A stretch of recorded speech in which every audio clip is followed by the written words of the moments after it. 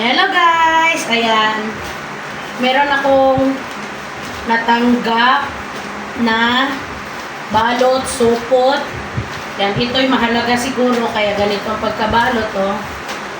Yan, gusto kong i-share din sa inyo kaya good morning po sa lahat. Happy Sunday, blessed Sunday everyone. Yan, naka-uniform pa. Galing kami sa Opos. And then pagdating ng bahay, ito ang aking nadatnan. Ito ang aking natanggap. Kaya gusto ko i-share sa inyo. Yan, vaccine natin. Yan, siguro. Ayan. Ayan, guys. Oh, mukhang masarap-sarap ito. Naaamoy ko, guys. Bango! Yan, gusto ko lang hindi to, not to brag, kundi gusto ko lang i-share na sabihin ko sa inyo, kapag mabuti kang tao, grasya, kusang nalapit sa inyo. Kusang magulat ka na lang, may nagbigay. Yan. Unitin ko na, kasabi nila, kapag ang regalo daw na pinupunit mo, ibig sabihin may kasunod. Ayun. Uy! Sarap nga, guys! Ay! Ming-ming! Alis ka dyan! Ang sarap nga, guys! Pastilana! Kasarap pa yan Yan, ito guys, oh. Dried pusit. Ayan. Yan guys, dried pusit pala siya. Lagay natin dyan.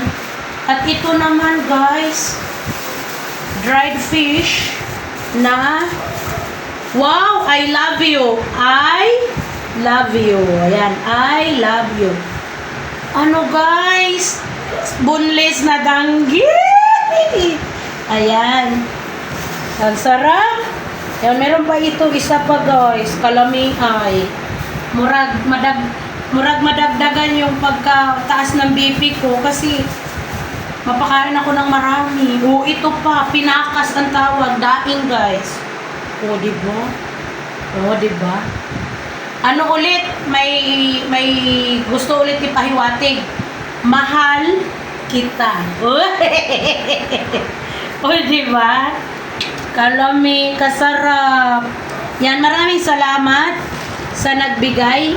Ayan. Ito, dried pusit. Yan, dried pusit. Tapos, boneless na